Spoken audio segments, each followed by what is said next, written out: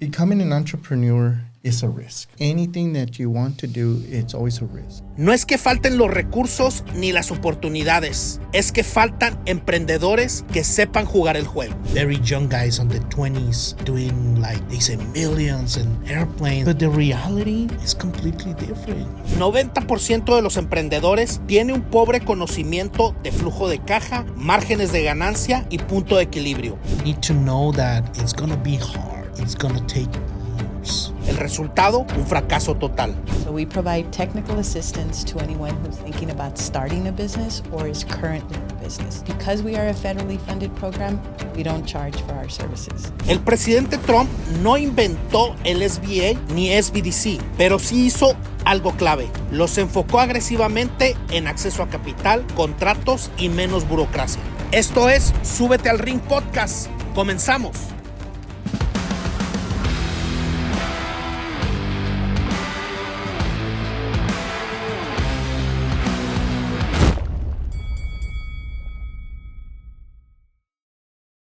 Welcome to another episode of Súbete al Ring podcast. This is a special one. We are going to record this one in English because we have a special guest from the SBA, which is the Small Business Administration, which is a federal agency of the United States. Also, we have the Primo, or it's a partner, which is the SBDC, a Small Business Development Center, which is a technical assistance program.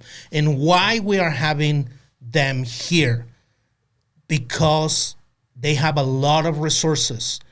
Those systems that they have, those agencies or those offices have a lot of resources for entrepreneurs, for U.S.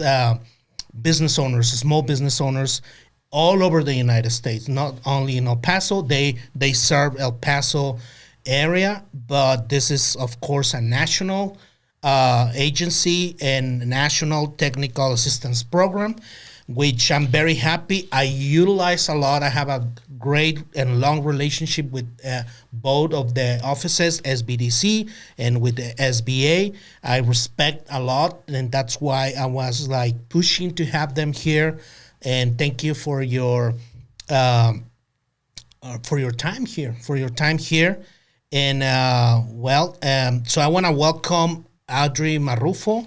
She's the top head of the SBDC in El Paso, and Armando Limon also say in the same office. And also we have Aime Rodriguez.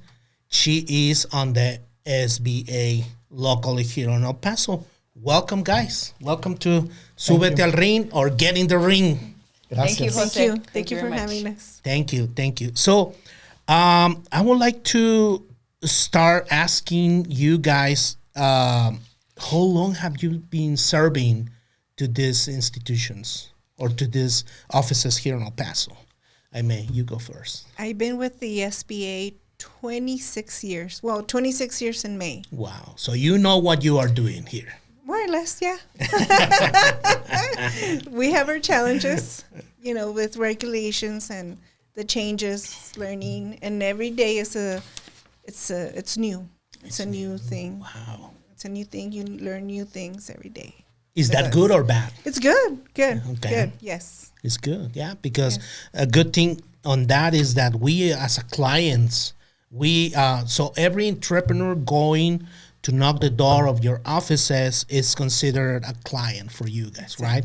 So you guys provide us with guidance, a lot of services, which I don't want to talk about that. I will let you let us know to the audience what are those resources, which are, I experiment those myself. I know they work and they really move the needle in terms of the day-to-day operation. So Audrey, tell us about your position there and for how long have you been on the office? So let me give you a little bit of history about the program first. Perfect. Right. So Love the Small Business Development Center, it's a federally funded program. Mm-hmm. We're funded in part by the SBA, but the program is also funded by the state. So here in El Paso, we're funded by the SBA, we're funded by the state of Texas, and we're funded by our host institution, which is El Paso Community College. Oh. What does that mean? That means because we are a federally funded program, we don't charge for our services. What do our services include? So we provide technical assistance to anyone who's thinking about starting a business or is currently in business. From, as Mr. Armando would tell you, from the conception of your business idea to opening the doors for business, all the way through seeking growth opportunities, we don't charge for our services. We also have additional training programs that we offer to our clients or anyone who is pursuing entrepreneurship. And the reason we do that is to grow the small business community. Growing the small business community helps sustain this program. How long have I been with the SBDC? I've been with the SBDC for 14 years.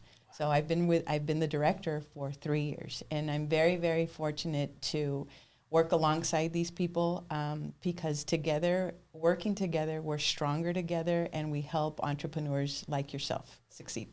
Nice. Thank you. Thank you for that explanation. It was very, very helpful to understand, for the audience to understand that.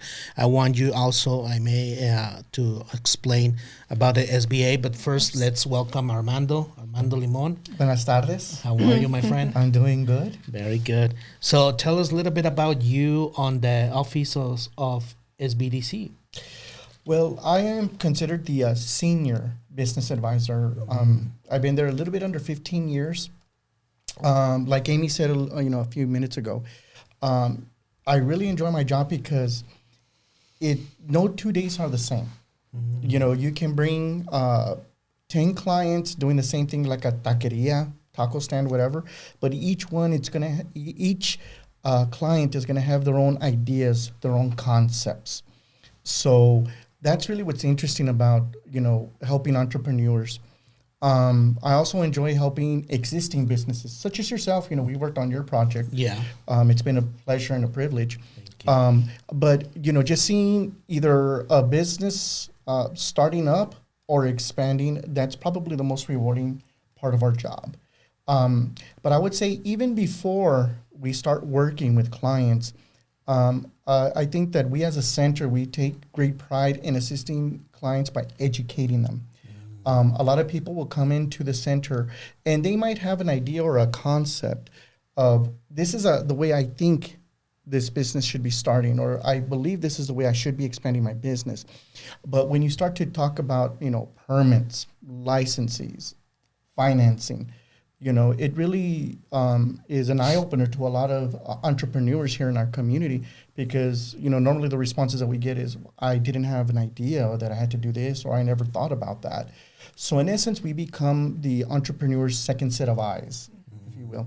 And that's really what we enjoy doing, is not only helping businesses start, expanding, but first and foremost, educating people. Wow. And I know that works because I'm a living testament of utilizing your services, and you guys are very welcoming and very empathic with us.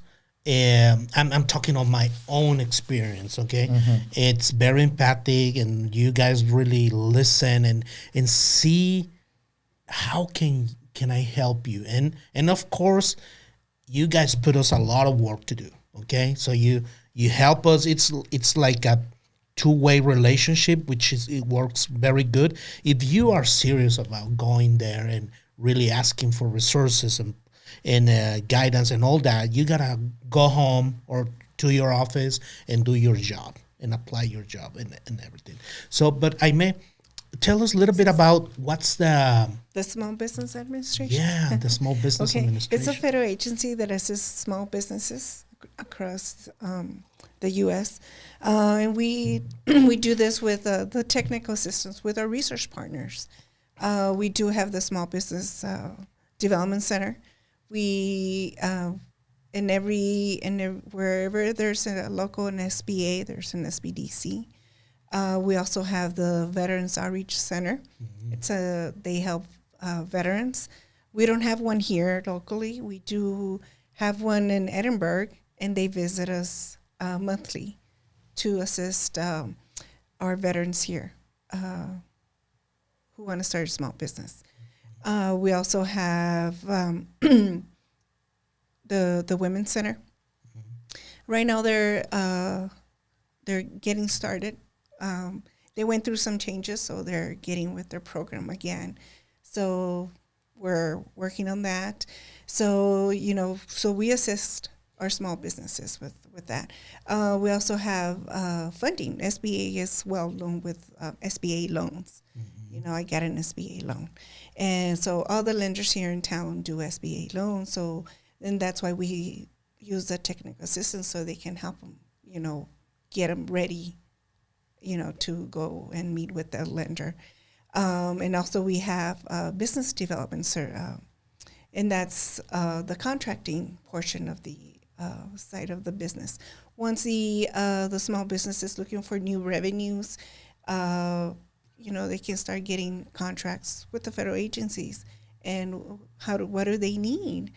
So they come to us, and so they need some certifications, which is the 8A, the Hub Zone. If you are a veteran, there's a certification for the veteran. The women-owned, if you're a woman, you can get that certification as well. So, there's a lot of services that we provide. Si eres un emprendedor, inversionista o líder empresarial y buscas expandir tu red de contactos, además de saber el estado actual de los negocios latinos en los Estados Unidos, te invito a que conozcas más del evento anual State of Latino Entrepreneurship Summit and Gala, el cual es organizado por Latino Business Action Network en colaboración con Stanford Business School. En este evento tendrás acceso a la investigación más reciente sobre los emprendimientos latinos en los Estados Unidos. Ahí podrás conectar con proveedores de capital y otros empresarios que, al igual que tú, buscan conectar con los más de 1,000 asistentes del ecosistema emprendedor más relevante de los Estados Unidos. Este es un evento gratuito y abierto a todo el público, disponible de manera presencial y virtual. Te dejo la liga al evento aquí mismo. Sé valiente y súbete al ring con Latino Business Action Network y Stanford Business School. I would like to, before we start, going deep dive in the programs and the resources and everything, I would like to go back on time. And for my information, who established Small Business Administration in the United States? Which president was the one with that idea? And let me tell you why I'm doing this question. Because in Mexico, we don't have that. Okay? So I can see why this country, the United States, is what it is. It's the top leader on business, right? Worldwide, right? Even that whatever narrative is outside right now, still the same power, the number one power, and mostly because, or in big part, it's because of the business ecosystem that it's on the nation. So, in Mexico, they don't have that. They don't have that.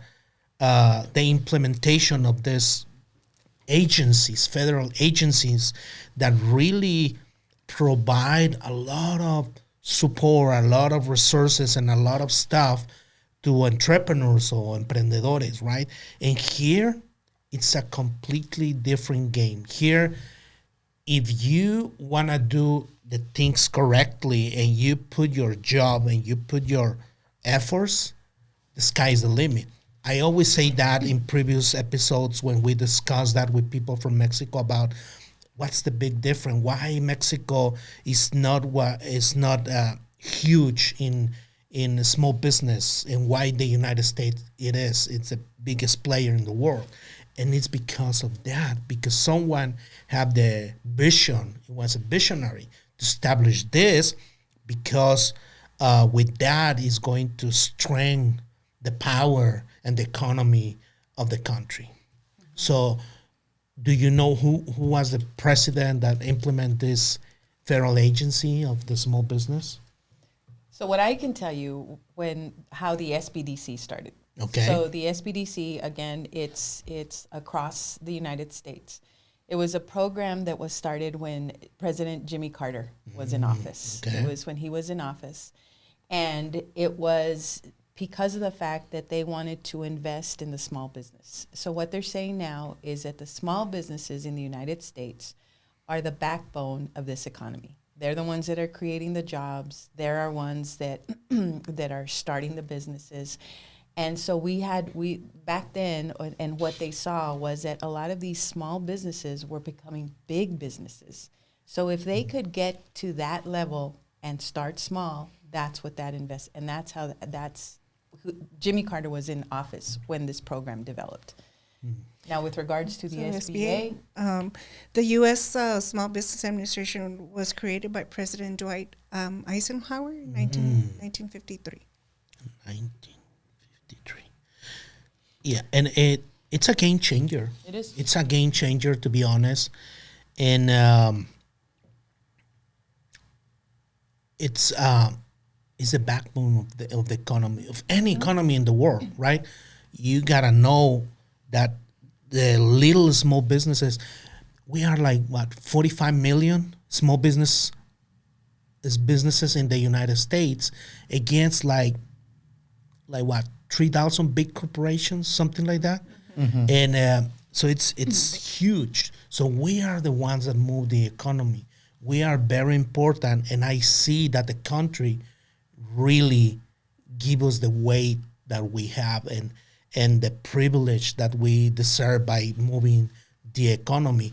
I mean, it's not perfect, of course, but at least we have the system, and it's a two-way relationship. And I mean, it's great. As I say, the sky is the limit. It's a lot of resources that you can have access. And in my own experience, it's defining on very challenging seasons, like previously on COVID, right? Like it was, I mean, a black swan that shakes the world, right, completely. Exactly. And I saw how the Small Business Administration and the government moved that fast to create new things, new systems to help us survive, to help us keep going as a small business owners, because it was challenging. In no other part of the world, it was that type of support. I was privileged enough to be, during COVID 2020, I was in the Latino Business Action Network program, which is sponsored by Stanford. So because of that situation that we were living, SBA and the program of Stanford put us in front of Mark Cuban, the billionaire. And he was like from his home connected with us on Zoom. And he said, I just finished a conversation with the White House. These are all the programs that they are having in development right now. And we are helping them to like working together, absolutely, like the government listening to billionaires that they know business. Okay, what do you think about this program, blah, blah, blah. And vice versa, the billionaires getting involved in those programs and then cascade the information to small business like us. Like, it was mind-blowing for me looking Mark Cuban, which is a guy that can be, I will lock down on my house. I have all the money in the world. I don't have any need to be in hard conversations with the White House and hard conversations with small business owners.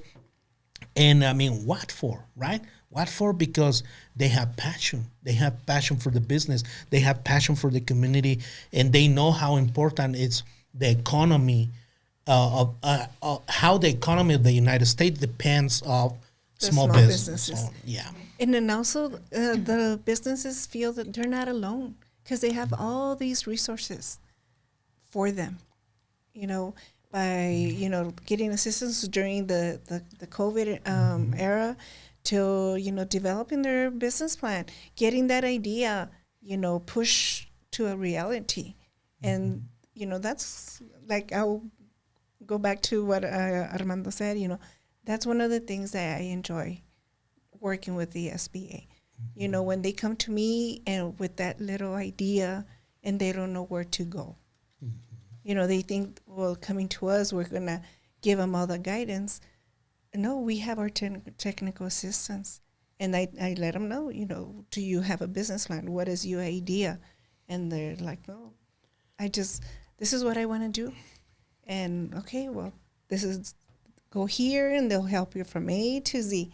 To the time that you want to exit your business, or, you know, what are you going to do? You know, after you retire, you know, are you going to sell your business? Are you going to pass it on to your kids? Mm-hmm. Those are the things that you're going to start thinking later on as your business starts growing. Mm-hmm. Yeah, you really feel the company of you guys in terms of the guidance, and I'm sure from my point of view, the key of success of the United States is that most or a big portion of entrepreneurs in the United States, we are coming from other countries, right? And we feel the love that the government or the institution are giving us compared to where we are coming, right? From our own places, like in terms of the love of, wow, like you have loans, you have access to capital, you have access to guidance, you have access to certifications that give me to strengthen my position in the market, right? To be positioned in a better way, and making me more trustable and more attractive for big corporations to give me business, right? Mm-hmm. And to grow your business. Free. It's free. I mean, I've been on Tribe, which is free program for long program from the SBA. Also, as I say, the one of Stanford, it cost me $1,500. It's a program of $100,000, and it's weighed by Stanford and other sponsors like JP Morgan, you name it. Nike, I was 6 months with Nike because they create a program for businesses in the United States in educating us what this size of corporations need from us in terms of sophistication, like communication, supply chain, performance, everything. Like the top guys from Nike on the supply chain teaching us and sharing with us what they need free. And I think that's the beauty of this country. That's the beauty, and that's why you have a lot of opportunities to make your dreams come true here in the country, right? What do you think, Guy, about that? I think that when somebody comes in through our doors, you know, we just don't see them as a client or a customer, if you will. We look at an individual that basically is coming with their hopes and their dreams. Mm-hmm. Yeah. And people come in for different reasons. You can have an individual that, hey, I'm working for somebody else. That's a common one. And I want to do it for myself now. I think I can do it better. I think I can deliver better customer service, a better quality product, better quality service, whatever the case may be. A lot of people come in to start something and make it generational. I want to leave this to my children, or I want to pass this on so the business can so my children, my family can continue to sustain my legacy. So whatever the reasons it may be, we have, I think, an obligation and a responsibility, again, to create a feasibility analysis to make sure, like, look, what you're looking into or what you're thinking about, is it feasible? Is it the right time to come into the market? Now let's talk about, how are you going to finance this project? Are you going to self-fund the project? Do we need to look into possibly getting a business loan, maybe an SBA loan guarantee? These are all the things, the mechanics that are required long before, I think, you actually start to put these plans in motion, because it all comes down to what's on paper. And I think that when you start talking about putting things on paper, you're looking at it from a proactive standpoint. And I think that that's something that Audrey and I, we talk a lot about, and when we share this information with the community, is having that proactive approach when you're working on your projects, because nobody wants to be set up for failure, obviously. But the important thing is okay, let's look at step number 1, step number 2, so on and so forth. But when you start to look at a project from an overview perspective, you have to be completely honest. And I tell people, because I'm a business advisor, that I'm upfront, I'm totally honest, brutally honest. I tell people, it's good that you're getting support from your family, your friends. Hey, do it. We'll go out and support you. Fantastic. Continue to do so. But I think that once you get to our level, where you're getting business advising and recommendations and suggestions, now the conversation, as you would say, is going to change, and it's going to elevate to a different level, which is, hey, we are not going to tell you what you want to hear, but we're going to start to tell you what you need to hear. And some of that information is really going to sometimes be a game changer. Just with the simple fact, hey, you need to come up with 20%, for your project if you're looking into financing. A lot of people didn't know. A lot of people assume, hey, I'm going to go talk to the bank. They're going to fund my project at 100%. And that's where, you keep noticing that I keep going back to the educational portion. Well, no, let me explain why. The bank is going to want some skin in the game. They want you to have, you to take a little bit of risk with them. For the most part, the bank is willing to take an 80% risk. You're going to be responsible for your 20% risk. So again, once people start to, look at these things, it's almost like pieces of a puzzle. You're putting these pieces together. At the end, when you build this puzzle, now you can make the decision. Is this something that we want to proceed? Or is this something that we need to go back and maybe tweak a little bit, recalibrate the project, go back to the drawing board? But at least people have that information. Love it. I will send to a short pause here, and then when we come back, I will start going to explore what are the current services and tools that you guys are offering to entrepreneurs, and then from there we can go to different situations or questions that the audience can rely on that. Okay. Perfect. Okay.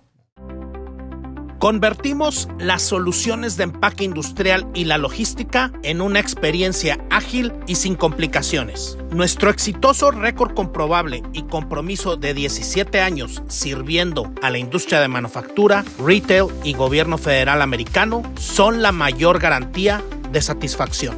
Starlight Containers, Packaging and Logistics.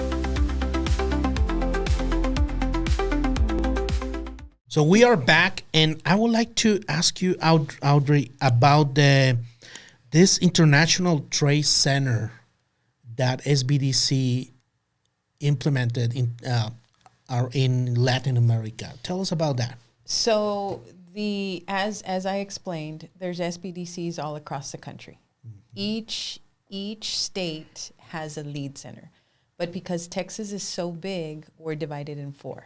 Mm-hmm. So we are part of the Texas Southwest SBDC network. So our network runs from El Paso to Corpus Christi, covers San Antonio, Austin, and all along the border. Mm-hmm. So that's 79 counties. Within our network, there are 4 specialty centers, and that is the Center for Government Contracting, SBDC Net, the Technology Commercialization Center, and the International Trade Center. Mm-hmm. So what that is for businesses that are interested in exploring the international market. Mm-hmm. So if the business is, you're making some widget and they'll identify if there's a need or if there's a market for it in China, they will provide that technical assistance. It's a continuation. It's a continual growth program, right? And so what the International Trade Center, and they're actually they're based out of San Antonio, mm-hmm. And so what they wanted to do is they wanted to replicate the SBDC model and bring it to other countries. So they've established SBDCs in a couple in South America, one of them being in Peru. So what they've done is they've applied that model. They take what we've done and they're teaching it and they're building these programs in Latin America. For small businesses in businesses. Peru and in Costa Rica. That's great. That's great, I believe. So I would like to understand, let's start with you, Aimee, in terms of what are the current tools and offerings of the SBA for a regular small business owner in our city? Okay, well, let me start. There's the mark is the manufacturing now with this the new administration. They're huge on manufacturing. So there's a manufacturing revolving loan. It's under the 7A loan program. It's Mark. We all have initials, so the initials we call it Mark. Also, we have with trainings. We have the Boots to Business, where we train entrepreneurships on Fort Bliss for any of our military personnel who are getting ready to get out of the service, and they're wondering what's next for me in my life, either to go to school or get a job or start a small business. That's where we come in and we help them out. And I bring all the research partners in, the lenders. I invite everybody so they can meet everybody that they're going to need in their life, in their business life, let's say. What about access to capital? We have trainings. We have access to capital trainings. We have one coming up, right? March. So there's a couple of training programs where we partner with financial institutions. We bring in the other resource partners.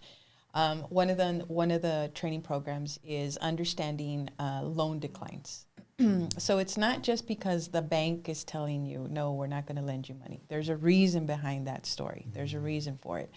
And so that training will tell you what to look out for. Because what we want to do, Jose, is we want to prep and, like as Armando said, educate these business owners as much as possible so that they're able to succeed. So that when they go and they approach the financial institution, it increases their chances of being awarded, of obtaining financing. Rather, as if you go at it alone, your chances they're not as appealing, right? When you go to the bank, when you work with the SBDC and you have these training programs on how to prepare a strong loan proposal or how to package a loan.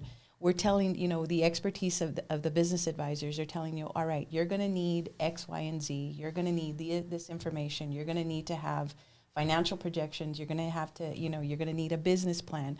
We're telling them to get all this information so that we help them put this package together so that it increases their chances of obtaining that financing.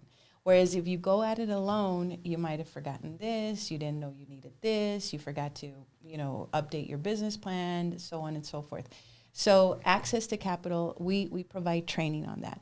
Then working with everybody, working with the financial institutions, the business advisors, so on and so forth, we all come together so that we can assist these business owners to help them obtain financing. And if they don't, well, then there's a reason why. And we have to come back and we have to identify what happened, what went wrong. Yeah, do the research. Help them understand what's going on in their background. It could be credit. It could be, mainly it's credit. So, they have to be working on that.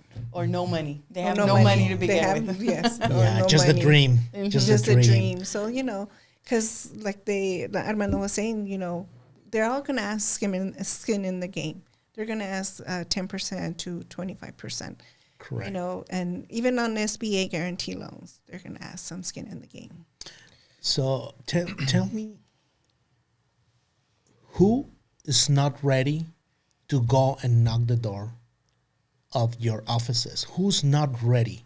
Who's not like a good candidate for you, like a good client, let's say that.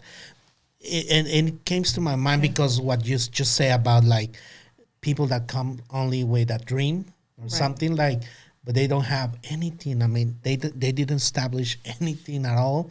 So who's not ready to go there? I get a lot of calls or a lot of people coming into the office saying, what's the best industry or what industry is making the most money that I can get into? Oh, wow. Mm-hmm. I don't know about you guys, but Well, that's my common one. How much time do we have? Mondo can write a book. I'll adjust what you're saying. I think that there are no bad clients, Okay. but I think that there is bad timing. So, I mean, I can give you an example. I worked with this one particular client. It took him 2 years before he finally was able to find, his opportunity to start his business. Why? Because when he came in, he didn't have any credit. Okay, we need to build up your credit. Second time around he came in, it was more lack of collateral, lack of owner injection, what we call the 20%. So, but he was learning, and finally, by the time he got to the second year, he was a lot more prepared. So again, it goes back to what I tell clients is you need to approach your project, whether it's a startup or an expansion, proactively. That's a very big word for me. You have to be proactive. Because I always share, lenders are looking for 3 bits of information. The first one that they're going to ask you right out of the gate is, how much do you need? ¿Cuánto necesitas? Mm-hmm. Second question, well, what are you going to use these proceeds for? Is it feasible? What you're trying to do here. And then the third one, which I probably would consider the most important one to a lender, is what's your plan as a lender? How are you going to pay me back? So, and that's what we do. And these are probably the 3 areas that as a business advisor, I focus on greatly. I spend a significant amount of time with clients on this because you have to do the research. How much is this thing going to cost you to get it off the ground even before you open up the doors?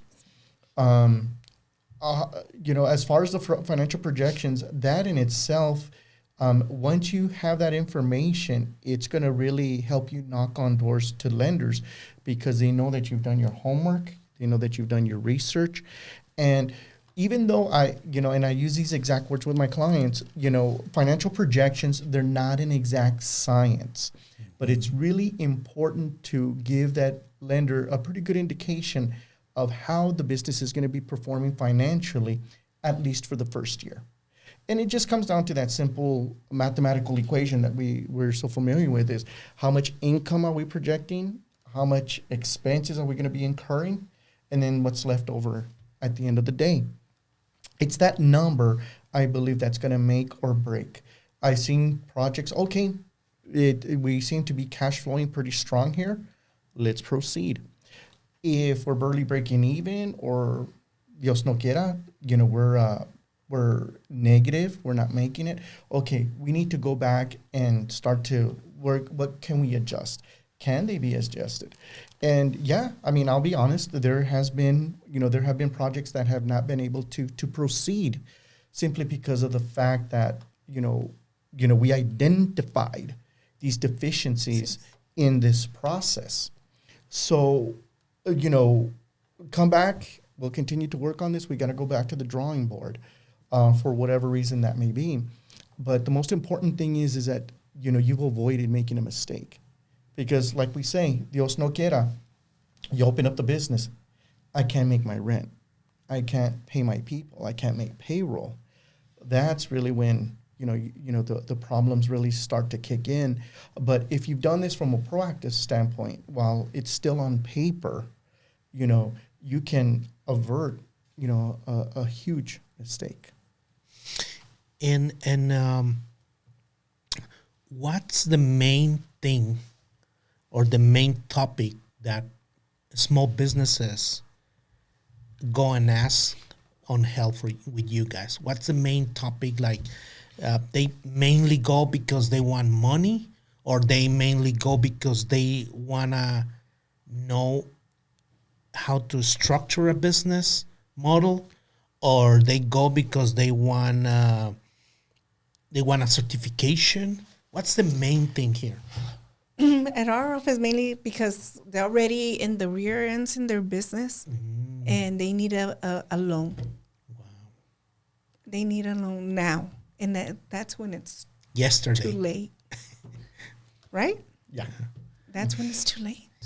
And I why? do send them to the SBDC. I mean, so they can explain to them because they fail to plan. They fail to have these projections. Wow. And sometimes they think SBA is also a lender. We're not a lender. We provide. I mean, we're a guarantor to the lenders. You know, we don't have direct loans, so that's why we use the lenders.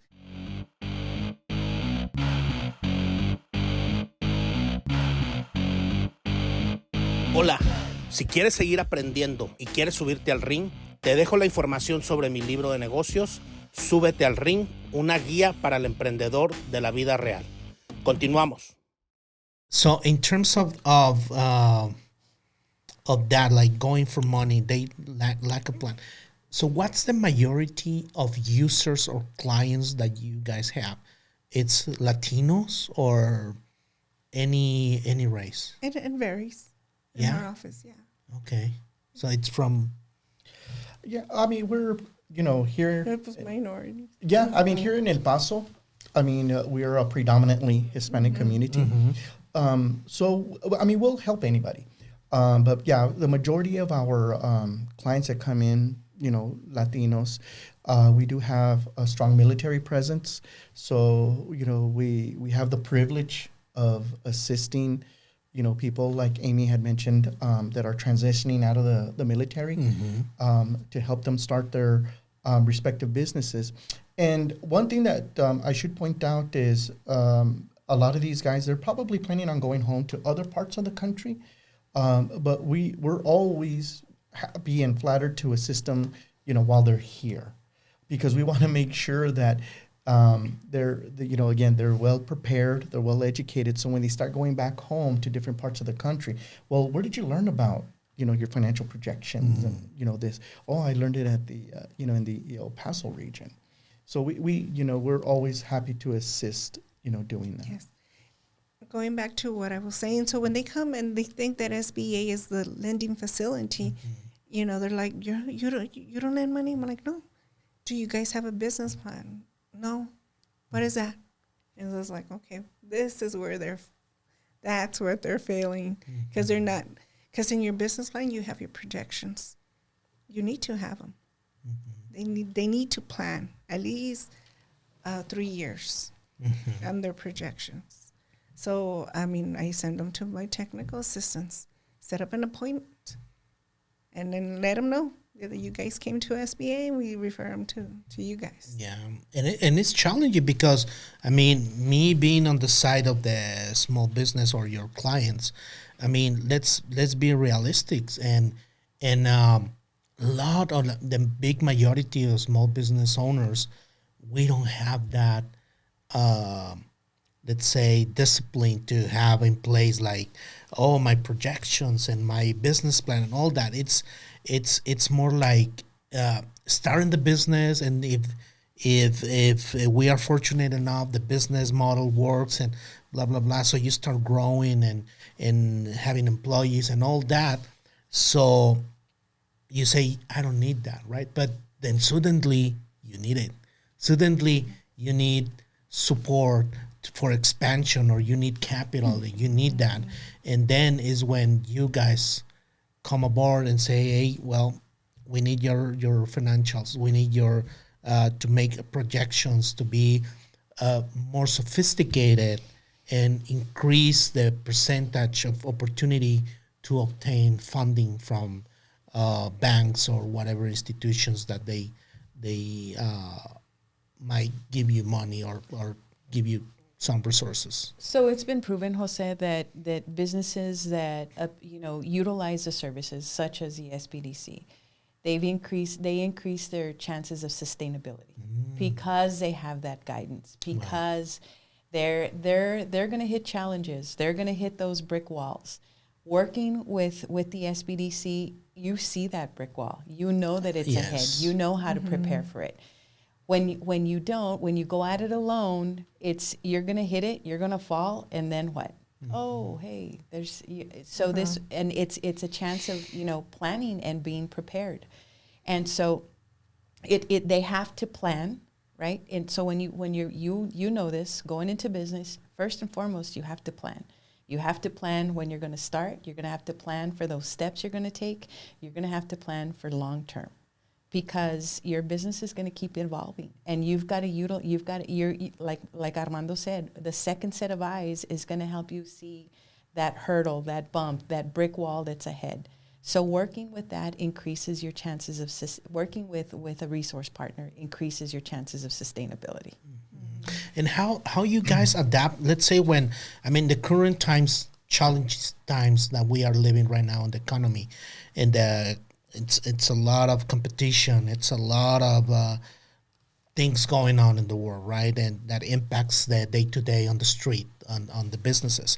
So when a small business owner comes to you with urgency of help, either capital or either how do I expand, because I have this opportunity and one of my clients is asking me to be serving on Arizona and I'm just here in El Paso and I don't know how to scale and go there and blah, blah, blah.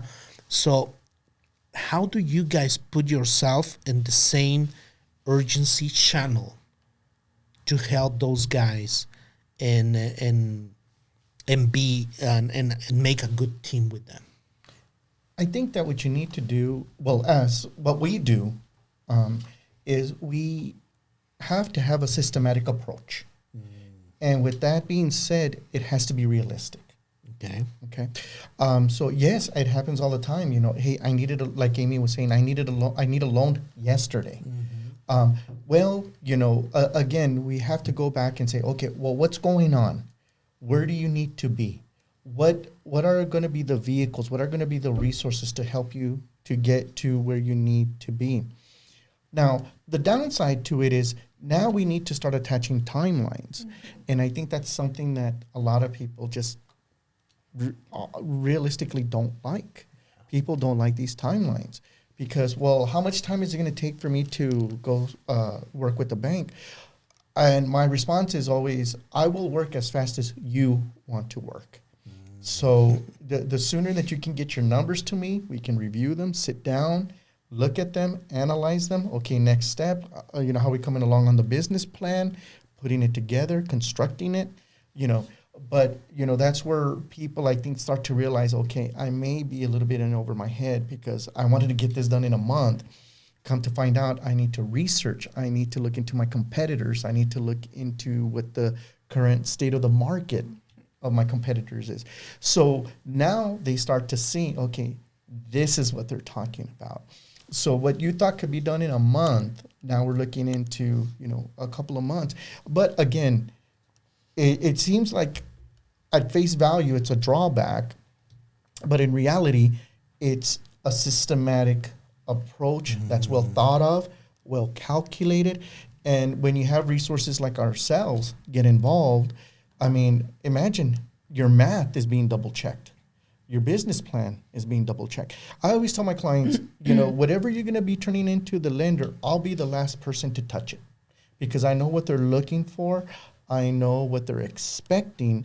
So imagine, like Audrey said, you have the second pair of eyes, but again, it's helping you to be better prepared to have a much more productive conversation. And we have to be clear on this as well, that for the audience, that all the work that you guys like doing the business plan, the projections, all that is not warranty that you're gonna get the loan. That is correct. Okay, it's not warranty that because a lot of people that, because they just don't know, right? Like they have the passion, say, hey, okay, yeah, so I went to the SBDC, they make my projection, I give them the numbers, business plan and everything. Okay, when my loan is ready. Or not the amount of the loan that you want. Correct. So you need to have a plan B. What's next? Yeah. I like to share with people, when you start putting this information together, whoever you're working with, the financial institution that you're going to be working with, they're going to make that ultimate decision. Why? Because they have the dinero. They're holding the money. So I constantly remind our clients, we're part of your support system. So one important thing that I need you to understand as a client, if they say no to you, they're saying no to me. If they say yes to you, they're saying yes to me. So of course, as a resource support system, we're going to try to do everything that we possibly can so that you can be successful. Now, credit, what your credit may be, what your owner injection may be, what the collateral that you're bringing to the table, well, that really falls on the client. But again, we have these conversations early on in the project, so they know this is up and coming. This is around, this is coming around the corner. So we don't have any surprises. And what I like of your services in particular, Armando, because I worked before with you, you gave me a lot of support in some business, and what I love is that you are not there to give answers. You are there to give you the right questions, right? So, and when you send us the right questions, the right questioning to us, is when we start building and we start like, connecting the notes, right? And saying, okay, yeah, and it's something very particular on your side, very wise. And that way you feel like abrazado, like in comfort and everything. Another thing that I have to say is that it's high level of confidentiality as well. That's super important, because we go with you guys and we need to be naked in front of you, right? In terms of financials and everything, showing you the true colors of our current situation in the business. And you guys are very respectful. It's like a lawyer, right? Like, okay, I'm your partner, and you are like the padrecito, right? Like, okay, whatever you say here stays here, like in Vegas, right? And it's good. And we need partners like you guys. We need partners like you. As I said at the beginning of the episode, I've been utilizing SBA for years, for so many years. In the moment that I discover the resources that you guys offer, it changed the game for my journey as entrepreneur, right? Because you help with loans. If you are the right person to offer you money, so you guys are there. But I always say to my peers, that's why you gotta build correctly since the beginning in your business, like no shortcuts, everything by the rule. So when the moment arises of need, you are well prepared. You have your payrolls, your taxes, your tax return, you have everything there. So you increase tremendously the opportunities to be granted with something, with some help, with some capital and all that stuff. Unfortunately, it's not very common that the people or the business people have everything in place, right? Because for any reasons. But when you are prepared and when you are ready and you do things correctly, the sky is the limit. I mean, you guys are a perfect partner for the journey. And it takes some while to build that trust. We'll say it takes a while, and again, hence the confidentiality, because nobody wants to say that they're weak. Yes. Nobody wants to say that. Nobody wants to reveal that there's gaps in their business. Mm-hmm. Nobody wants to state that they failed, that they didn't make payroll. Mm-hmm. Nobody wants to say that. So it does take a while to establish that trust with the client. But once we have it, business owners value it, like yourself. It's about relationship building. It really is. Because like Audrey says, we work hard to earn a client's trust. And I think that once that trust is earned and secured, I've been doing this a little bit under 15 years.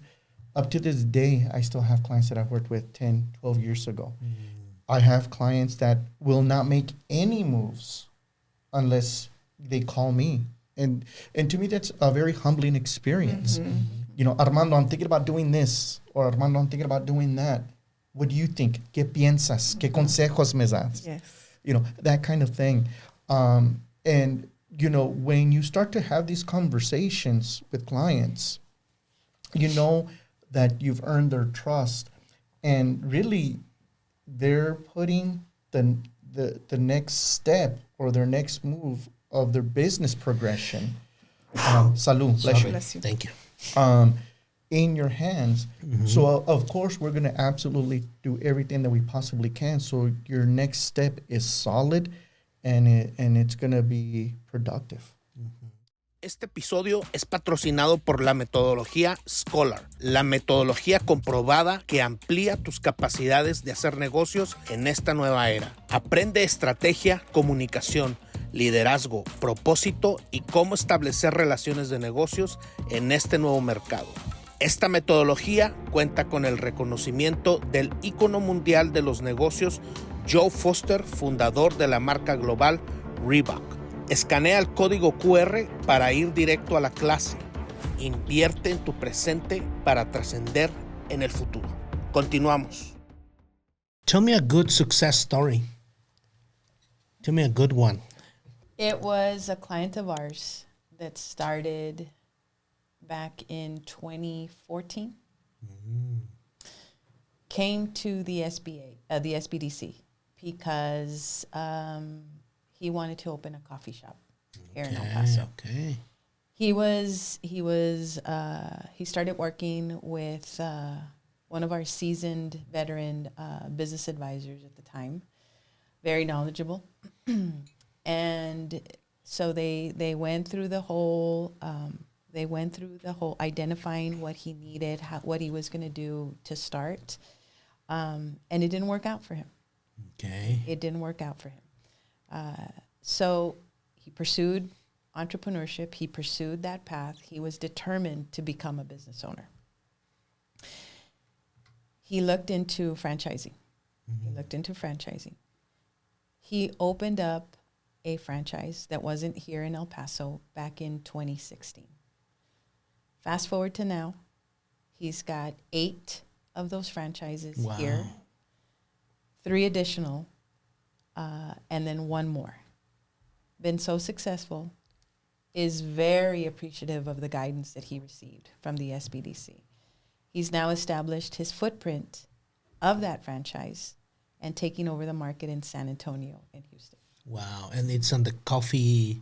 No, it's a different. It was that. Okay. Mm-hmm. Wow. Mm-hmm. It feels great, no? To be part of that? It does, and it's, you look at yourself and you humble yourself and you think, I had a little bit to do with that. Absolutely. I had a little bit to do with it. Again, think about it if he would have gone at it alone. He would have probably made a couple of, 2 steps forward, 1 step back, 2 steps forward. And so, again, working with the SBDC provided that guidance to where, maybe he took 4 steps forward, but he only had to take 1 back, right? And that was to realize what we needed to grow.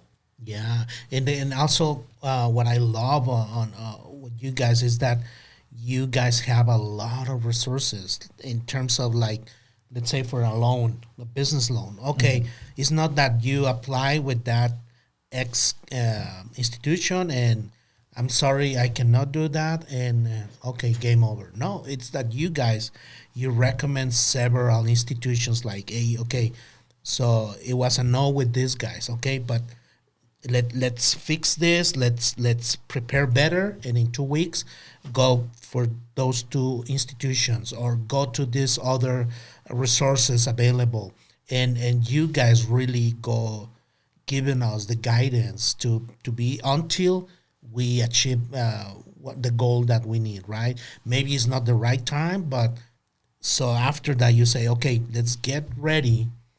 So, and let's apply in 6 months, okay? Be wise, be smart, and do your homework on this, and that. And then on 6 months, you will be ready, and they will be happy to help you. And I see that you guys partner up with a lot of institutions here locally, with banks, with funding companies, with to provide education, guidance, and certifications. Always I see you guys on social media, like attending and going to events, right? Going to events, and we need that. We need that, and it's I mean, it's a system. It's a system. It's an ecosystem that we exactly. And I do have one success story. It's a landscaping business. 2 brothers, and they came in and they started working with the El Paso SCORE chapter. You know, they started because they had just 2 brothers landscaping. No, they hadn't registered the name or anything. So they just the idea. They wanted money. They heard about SBA, so they came. So I sent them to SCORE. SCORE guide them, so, you know, register the name, blah, blah, blah. And then, well, they needed more. So they went to SBDC. From SBDC, they went to the COC because they wanted to get certifications, start doing some bidding with the county, with the state, because for landscaping, they started growing.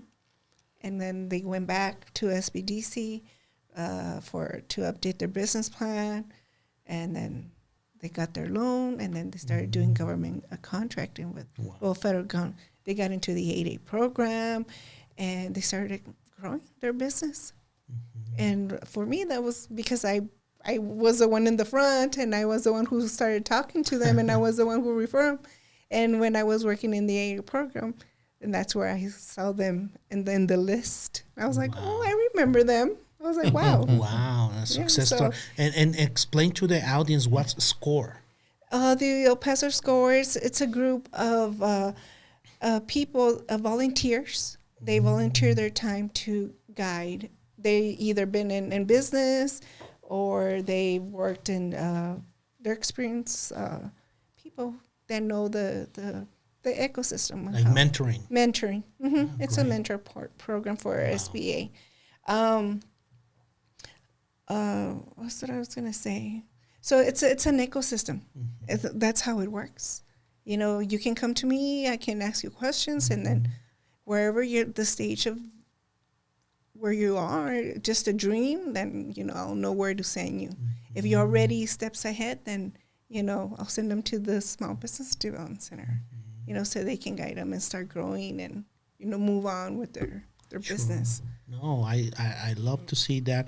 And tell us, Armando, tell me 3 things for the audience that if someone is listening this conversation and they say, oh, you know what, looks like they are perfect for me to go there and ask for help.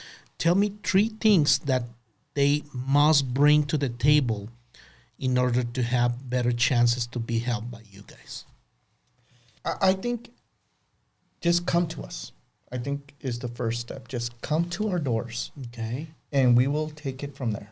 We can tell you, you know, what is it that is lacking? What is it that is working in your favor?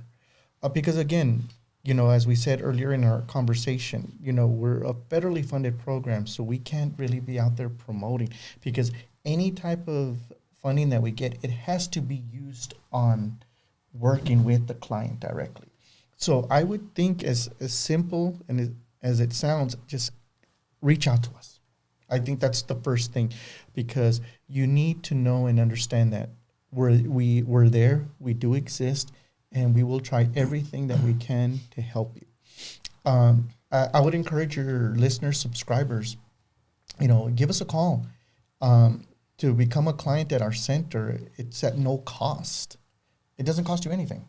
So, we will be there to assist you. Other things that I would probably say that they need is work on your credit. And when I'm out in the community doing classes like the Boots to Business or just any classes, work on your credit, especially if you know for a fact that you're going to need to secure lending or work with a lender to help you fund your project. You're going to have a pretty decent, acceptable credit score. It's not the only thing, but I think it's instrumental, and at least, a lender lending their ear to you, because it's always good to have that.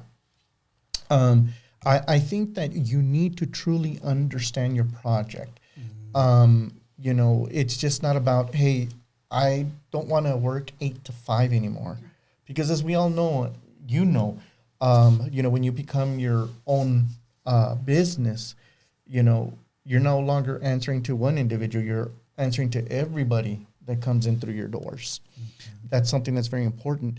Well, I want something where I can work, a couple of hours, leave, come back, whatever that no longer exists. As a business owner, you have to understand you're going to be putting in 12, 15. I've known people that have put in 17-hour days. Mm-hmm. They left an 8-hour job, and now their schedule has basically doubled.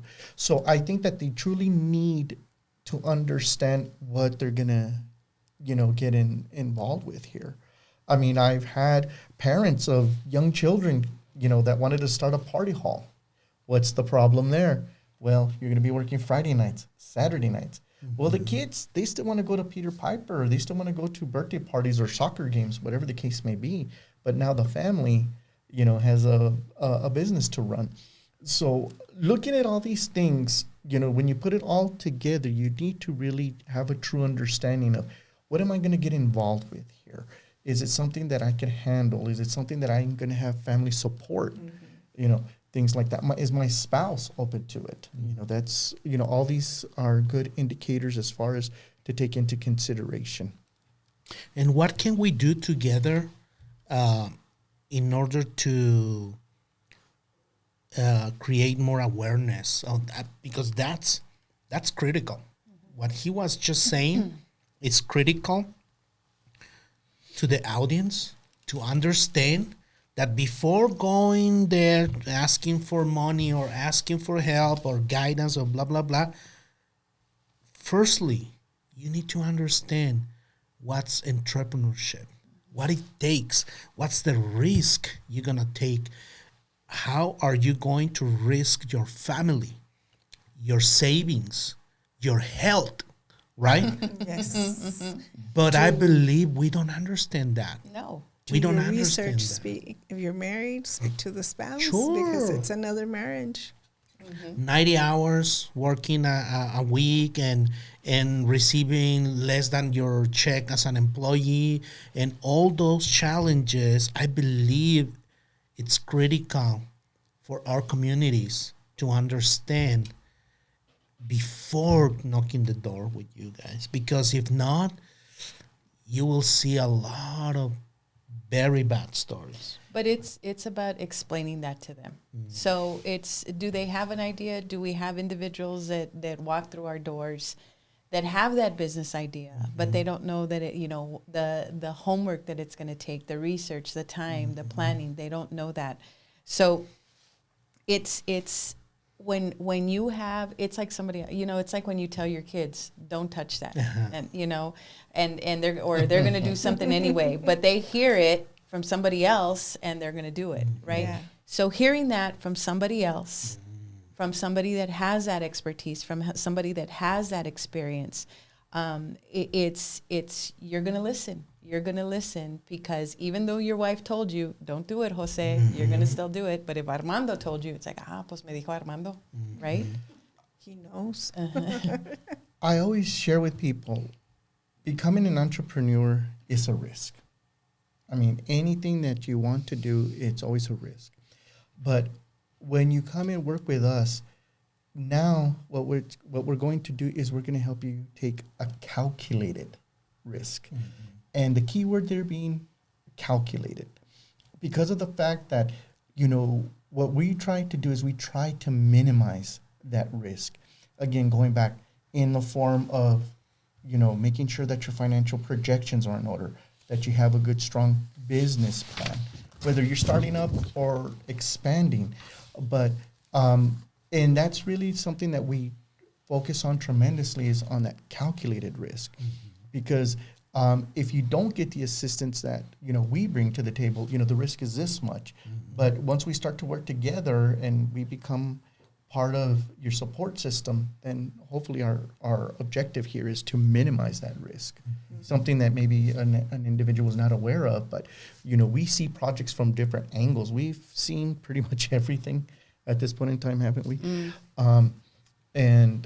So we know what to look for. And having those challenges, those challenging discussions, Jose, people will realize they're not ready to pursue entrepreneurship. They're not ready. They don't have the time. They don't have the money. They don't have the grit. That's a big one. Yeah. That's a big one. Yeah. But they just, unfortunately, a lot of people, they just think about the money, right? Like, I'm going to get rich there. I'm going to make my own schedule. Yeah, my own schedule. And it's a very bad story around. In social media, it's guilty of a lot of that, right? Because young guys, they perceive that that's a reality, which is completely wrong. It's fake. Like very young guys on the 20s doing like they say millions and airplanes and this and eating lobster and this and that, but the reality is completely different. You just need to know that it's gonna be hard. It's gonna be hard, and it's gonna take years. It's gonna take years. And you need to continue building because you can't. It's not short term. It's not short term. You Like need to continue building. Yes, and develop your business because things change. New things come, so your business has to move with new Evolve. and you evolve. But Yes. it's establishing a solid foundation. It's about establishing a solid foundation so that you're able to grow your business. Because what I usually tell people is that you need that solid foundation. Because you can grow. You can go into government contracting. You can start bringing in a bunch of money, a bunch of clients. But if you don't have that solid foundation, what happens when you grow? You're going to tumble. You're going to crash. Yeah, it's a house of cards. Yeah, exactly.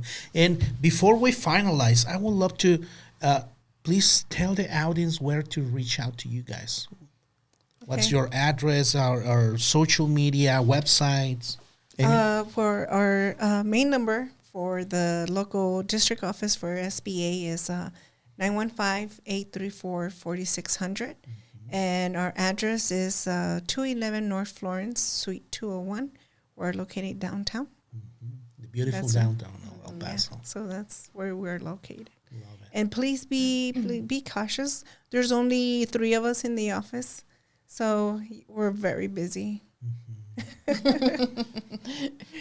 So our office, Jose, the Small Business Development Center, is located at the El Paso Community College Administrative Services Campus, which is on the corner of Viscount and Hawkins, 9050 Viscount. We're in Building B, and it is Office B520. You can also visit our website to get more information on what we do, the clients that we've serviced, the resource partners that we work with. And our website is El Paso, spelled out, ELPASO, SBDC.net. And so we are living challenging times right now, right? It's the world or economy or country is changing a lot.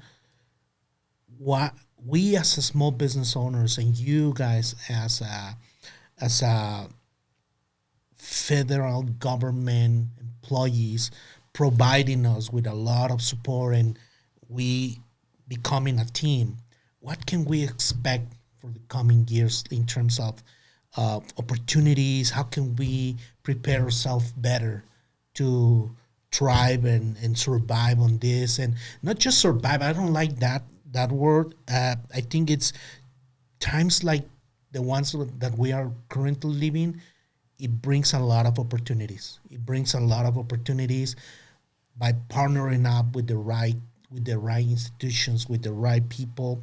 And so what do you guys see for the future? I usually tell people that plan, do your planning, do your projections.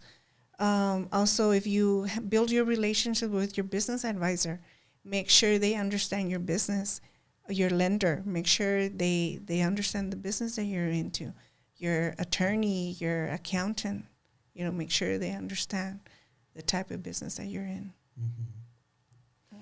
Being prepared in the future is we've got to grab hold of technology. Mm-hmm. We've got AI. We've Mm-hmm. got and there are businesses that are now implementing AI into their business operation. So it's about educating yourself. There's a lot of business owners that are very apprehensive to utilize technology, to get on social media, to be digital in any form. Mm-hmm. It's something that it's in the future. So rather than be reactive and not know what to do, you need to be proactive by educating yourself. Yeah. Familiarize yourself with AI. And there's more to AI than ChatGPT, right? Mm-hmm. And it's a way of utilizing that tool to help you to supplement your business operation. Wow. Armando? I think adaptability, I think, is key, because I think if you become an entrepreneur that can adapt, that allows you to be flexible for anything that may come up. For example, this past year we've heard a lot about tariffs.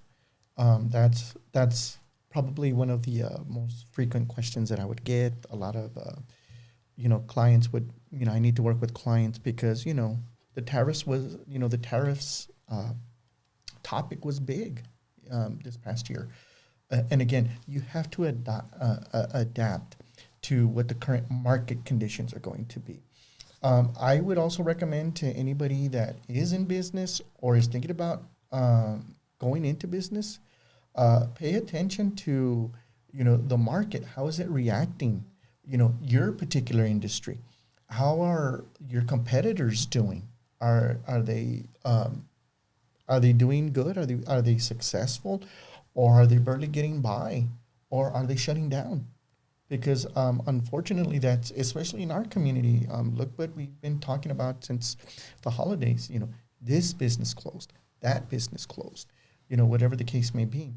These, I think, have to be taken as lessons. Lessons learned. What can I do if I'm going to be, in that same industry?